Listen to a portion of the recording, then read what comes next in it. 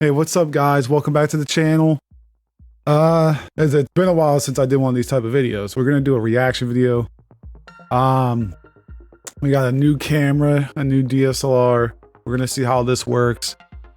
It looks pretty good. You know, to me, it looks good. I was worried that it's gonna be kind of trash. Let me know what you think in the comments. You know what I'm saying? It's been a while. You know, Tekken just released a new trailer. It's called Tekken 8 Rebuilding Tekken and Unreal Engine 5, Tekken's Legacy, IGN'S first. We're gonna check this out, see what type of details they have. You know, I'm not the biggest Tekken fighter, Tekken fan, but I'm gonna try to get into it with this release. And I don't know, so far from what I'm saying, it's pretty good. You know, everything's looking great, everything's shaping up great. The package is great. You got Tekken Ball coming back, Tekken Force. You got, this is gonna be the best packaged fighting game that we had in recent years. There we go. Okay. Hi, everybody. My name is Will Berger. I am here at Bandai Namco headquarters in Irvine, Will California. Berger, And with okay. me is Tekken producer Michael Murray. Michael, thank you for being here. It's my pleasure. Awesome. We've also, also joined by Jin Kazama and some other really cool stuff from Tekken 8's. But just a little bit of, visual flair here. We're going to talk Tekken. We're going to talk a lot of Tekken. All things Tekken. All things Tekken. And so, I think I wanted to kind of start off with some questions about, the technical side of it, maybe some legacy stuff from Tekken. Obviously, Tekken has been this huge game's in pushing not only fighting games, but looking game incredible. Technology forward. And you look at Tekken 8 and you can see it. It's beautiful. So can you guys talk about kind of what you wanted to accomplish going into Tekken 8 and how you set about doing it? Right. So I guess first touch on Tekken 7 a little bit. That was a big learning experience. We released the game for 5 years, and we kind of had a little bit of a chance there to kind of test different things and see what resonates with fans a lot. And like you said, Tekken's a long-running series, so we learned many things, such as people like villainous characters for guest characters and things like that. But also towards the end, I think one of your favorite characters, Lydia, was added. We noticed that, back in the day, maybe around Tekken 3. I wonder if she's ever coming back. I hope not. Really love that. She's a cool character. So one of the themes was trying to bring that back at that end with Wing Chun and Okinawan Karate. I've never fought against her Another with key Tekken theme 7. was that they picked up Tekken because fighting games were kind of a benchmark for what particular hardware could do at the time.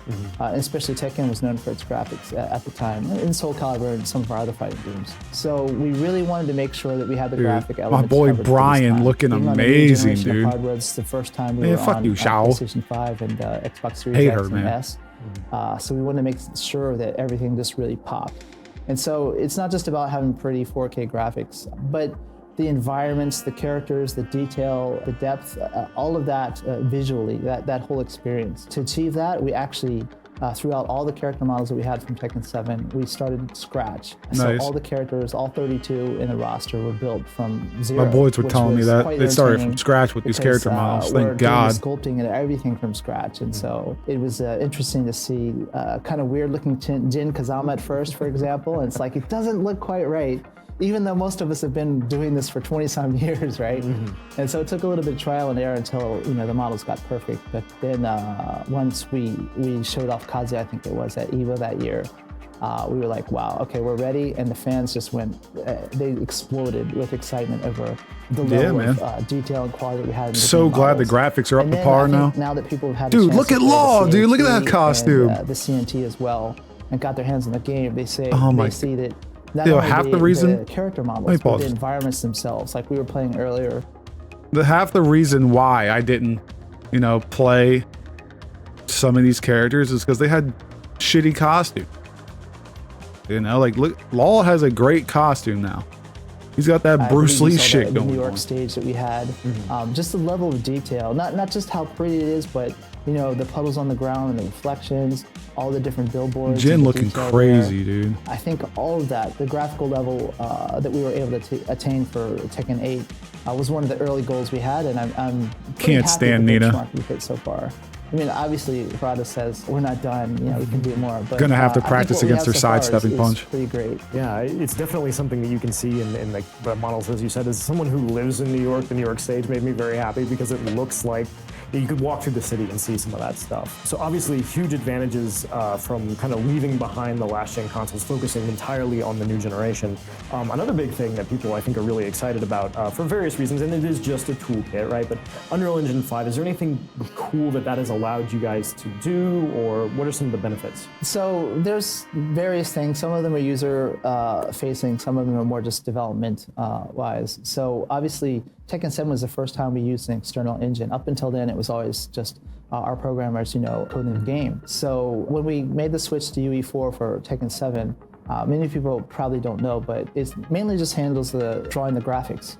The actual mechanics of the game and all of that underlying stuff is done in our own proprietary code and scripting. Makes sense. And that's also the case this time as well for UE5.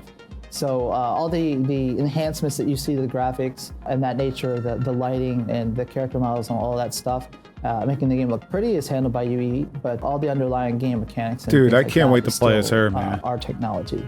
That She said, looking the good, dude. Yeah, it does make it a lot easier because before, when we were making past Tekken titles, it was mainly PlayStation hardware. But if we wanted what to the port fuck hitbox it was much that? more difficult than if you have an engine, and makes it a lot Damn, more that was a easy crazy to port hot to pick the right different there. platforms that you need to. So it makes development, a lot easier in certain aspects, and the game a lot prettier, I guess you could say. But maybe not as drastic changes as a lot of people would think. There is one other. It's quite interesting. Is because UE, is an engine that a lot of people are familiar with. I have noticed a lot of non-Japanese engineers are now joining the team, which, in the past, that would have been difficult to try to get them up to speed on our current game. Non-Japanese engineers, that's crazy, okay. Now you can just say, okay, this person has experience with UE5, so. That's cool. And also for creating tools or something for the game, it's much easier to take those tools over to other games because they're, ported into UE5. So, yeah, several development aspects make it more convenient, I guess you could say. That's great, right? It allows you to bring in talent that you otherwise wouldn't be able to use, and just makes your lives easier, which, in a game that's doing as much as Tekken 8 obviously is probably very welcome, I would imagine. So we've talked about the visuals, we've talked about it, but that's something that people can see, and it's immediately obvious. What are some of the cool things that it could be a visual thing, it could be like a tech thing that people might not notice under the hood that you think really adds to the game, or just something you think particular is really cool? It's visible, right? But maybe a lot of people don't notice is the fine details in the graphics. So, you can do 4K, that's a resolution, right? It's more about the design of the stage, the stages, the atmosphere, the character models. And Harada actually did a lot more direction in that area this time, where he just was like, it has to be a lot more detail. Everything, you have to fit it into the small space. It has to look, spot on. So, like I was talking about the reflections or just the atmosphere. When I think we played the New York stage, there's two variations, but one of them's the evening and it transitions to the night. And so you go from this like gorgeous sunset and how that works to the snowflakes falling at night. And oh shit, we got snowflakes. I didn't even notice that. And all of that going on. So just that kind of ambiance, I guess you could say, the atmosphere. Yeah, this video is not doing the game justice, man. Small, minute details. 1080p. Come on, IGN. Bumping into the hot dog cart causes all this stuff to fall out of it. I think like all of these little things alone aren't something that stands out, but when they all come together to kind of create that atmosphere in the battle arena that you've chosen, I think it's a lot more important than just like the resolution of the graphics per se. It felt like every time I was playing a stage, I was noticing something new. Wait a second, is that Nina having a fucking? It felt like every time I was playing oh yeah, a her stage, guns, I was dude. noticing something new. You and I. Oh my god. In some of the matches earlier today, we're like, oh, you were playing Nina. Oh, her dress is dirty now, right? Yeah, see, look, they got battle damage, like, bro. The fact that we actually have battle damage. Just like the in resolution. Tekken is actually, it makes me very happy. A lot of people aren't a fan of battle damage. I don't know why. I love seeing the characters get beaten up, and you can see that they've been through a fucking fight. Stage, I was it adds more to the fight. You and I think, in some of the matches earlier today, we're like, oh, you were playing Nina. Oh, her dress is dirty now, right? Right. And that stuff is so pretty and so detailed, and it's one of those things that you maybe don't necessarily notice while you're in the heat of battle, right? But you get those little moments. You're like, oh man, that's really cool. I appreciate that. So Yeah, I think that's something that people can look forward to, is always finding something new to look at. Another thing that's kind of new, and this is a first for the series I know, is that this is the first time that you guys are doing a console release before an arcade release. Can you talk about how that changed your design process, the way you approach development, anything like that? Because obviously it's a huge change. Yeah, that's a huge topic. So I know a lot of people, especially fighting gamers, you have like a certain audience with one installment, and you might have quite a different audience for the next. So I noticed a lot of people for Tekken 7 that had probably never played a Tekken before. So maybe they weren't quite aware that Tekken usually had this pace where you release in the arcades first, and then maybe you would port it to consoles, but more often there would be some kind of a 0.5 installment update to the arcade, and then it would come to consoles, right? Or console, depending on the installment. So that allowed us to first create the core gameplay mechanics, the core roster, to have people play that in the arcade, and then to do location tests. And we're talking in the arcade when not only in Japan and Korea, but you had it in North America and Europe. Dude, she has a fucking she has a taggle? Test. Dude, she's gonna be so fucking crazy and fun. Not only in Japan and Korea, but you had it in Look at that. North America. Oh my god, I'm a sucker for animations, man. So we could test the game in all these different locations.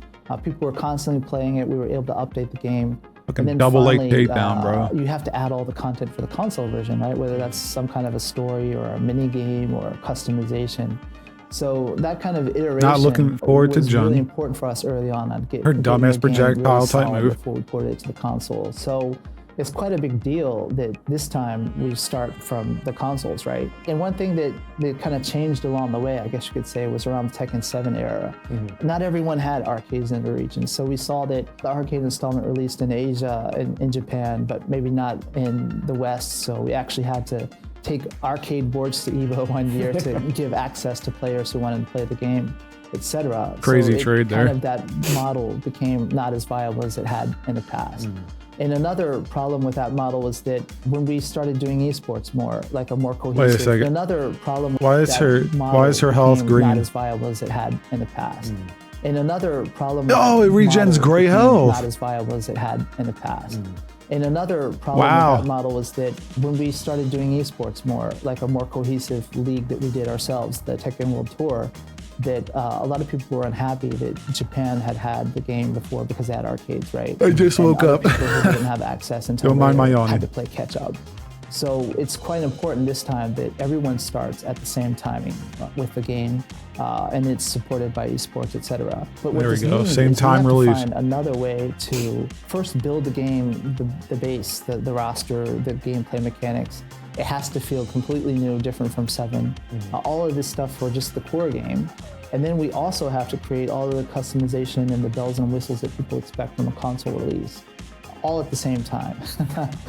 So since we don't have location tests, we had to find different ways to go about it. Obviously, since it's connected via the internet, we can pull data from like the CNT that we did recently, the upcoming CBT.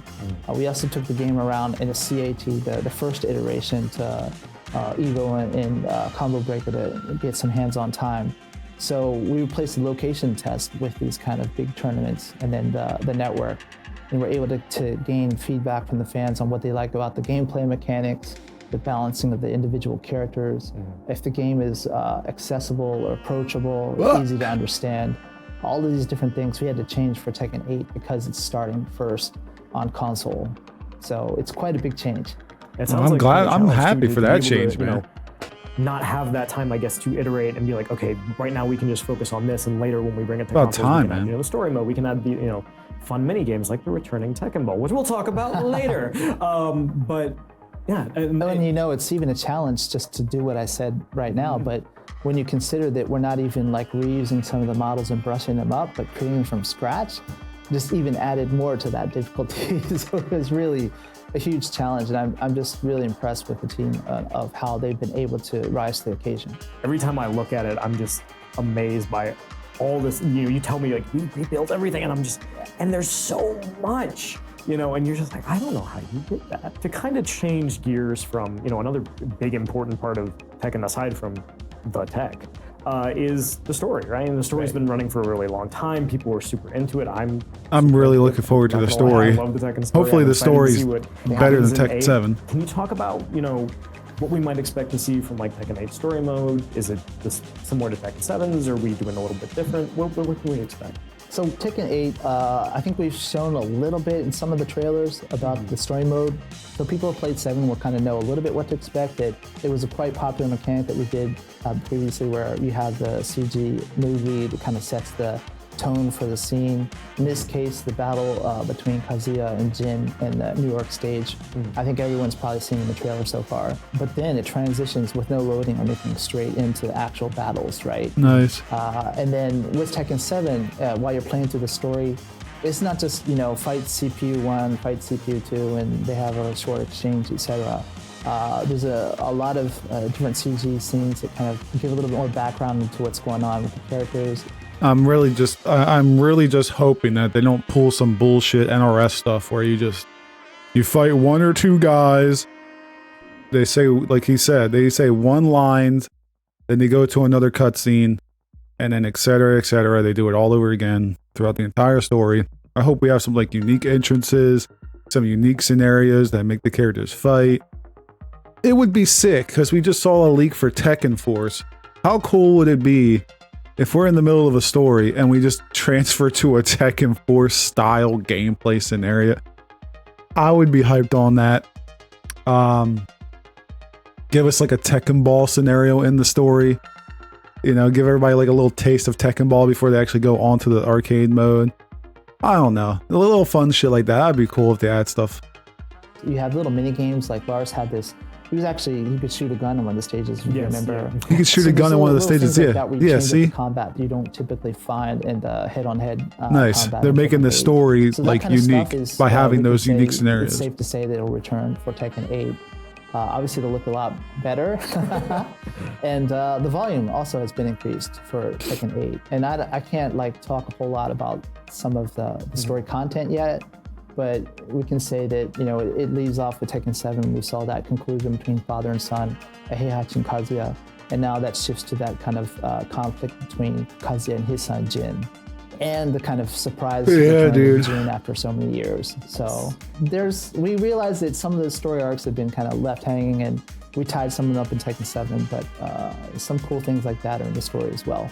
Cool. Plus, you've seen we've been adding new characters throughout 7, and we announced Azucena as well. So seeing how these characters appear in that will be something to look forward to, I think. And it's also interesting because it's kind of Tekken has been about the Mishimas for so long, and this conflict, feel like too good. Kind of generationally, that gets passed down between father and son.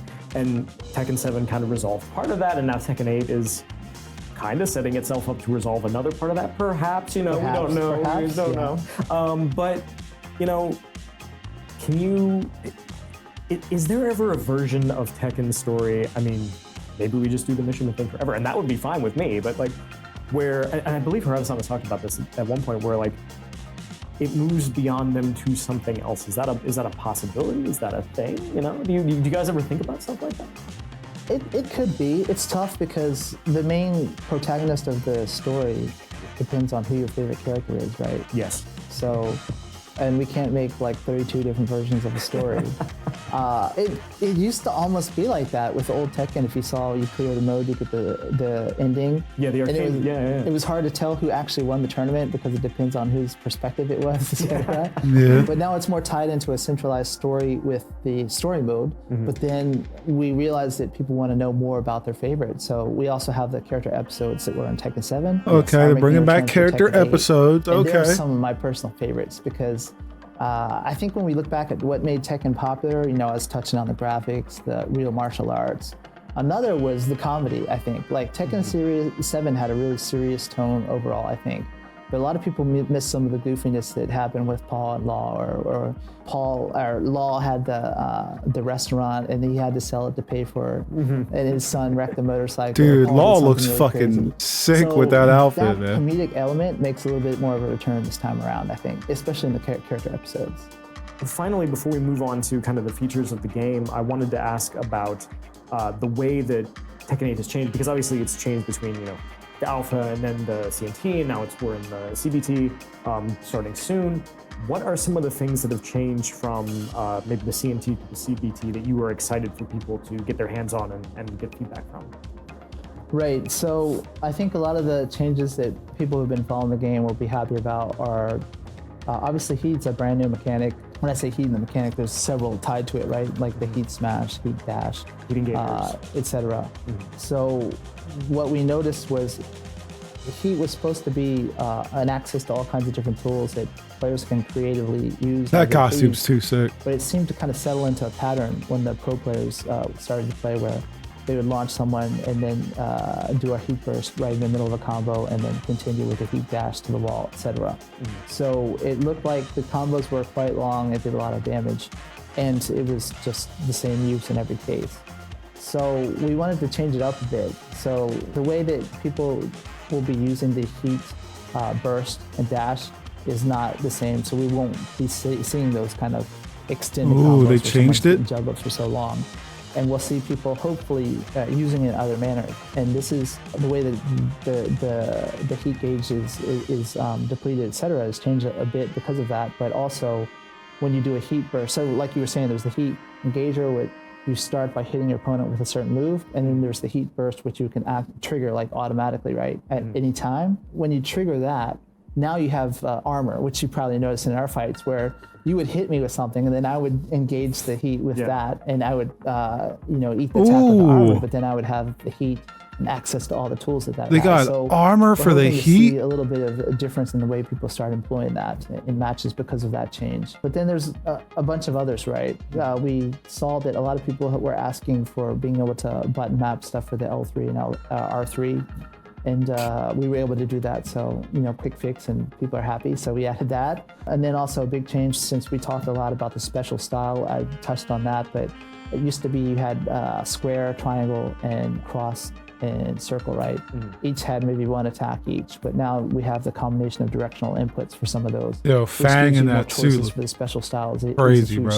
Like in a good way. Not just that, but Raven also looks sick too. We realized in the CNT, people have a variety of different characters that they try out, and then they settle on a favorite probably for the test. And we looked at some of the character usage and maybe some of the characters that didn't get as much playtime as we had hoped. So we kind of reevaluated them and maybe added a few techniques or revamped their they added mechanics a little like bit moves, to, dude, to certain characters. That's sick. Some adjustments since then as well. Wow. Yeah, so there's quite a bit, even if you've played the CNT, to get in there and get excited about. And wow, based on all the characters that we've played over the last couple of days, I have noticed some of those changes just for the characters I was playing. It's been a lot of fun to see, what has changed with the heat system, what's changed with them. And I think anybody who has not played the CNT is going to come in and it feels incredibly natural. And if you have played the CNT, you're going to be like, oh, that's cool. So obviously a lot to look forward to there for people, new or old, to Tekken 8 betas. Oh, and then of course the three characters that weren't in the CNT. So yes. Azucena, and then Fenway, and Raven. And Raven's gonna be fucking annoying, bro. It's been an absolute blast to play those. In the stage, the Ortiz farm, right? Yes, with the alpacas. Yep, in a new stage, they got 3 new characters in the beta. Yeah, that stage is easily one of my favorites so far, and I'm excited to see the crazy stuff people are going to do with wall launchers, because I know it's going to look awesome. But I wanted to ask if you could say anything to maybe veteran Tekken players or new players who are looking at Tekken 8. What would you want them to know about, Tekken 8? What would you say to players if you could say one thing to them?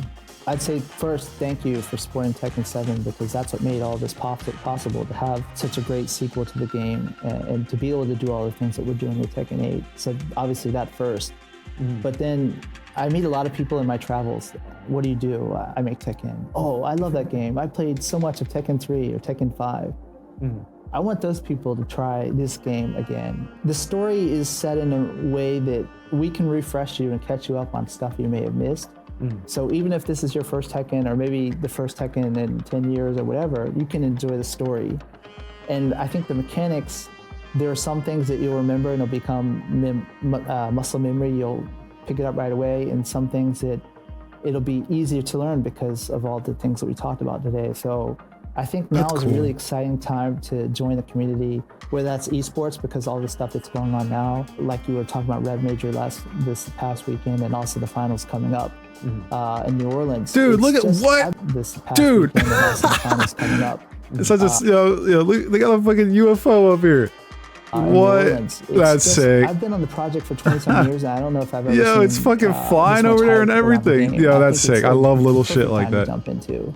And I hope we're making it quite easy to do that in Tekken 8. So I hope everyone. Yeah, look at her, yo. She's so stylish. I think that you are, and I know a lot of people that I have talked to that are like, I've always wanted to jump back in, or this is the one I'm really gonna want, and all of them have been like, this is the one, I can already tell.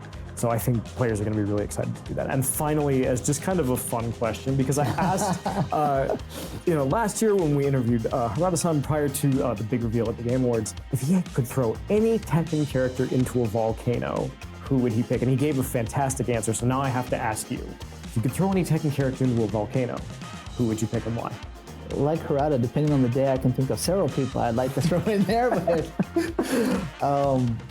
in Japan, we have this word called chunibyo, which means like you have this thing where you think maybe one day you'll get hit on the head and you'll wake up and you'll have superpowers like Jin Kazama, right?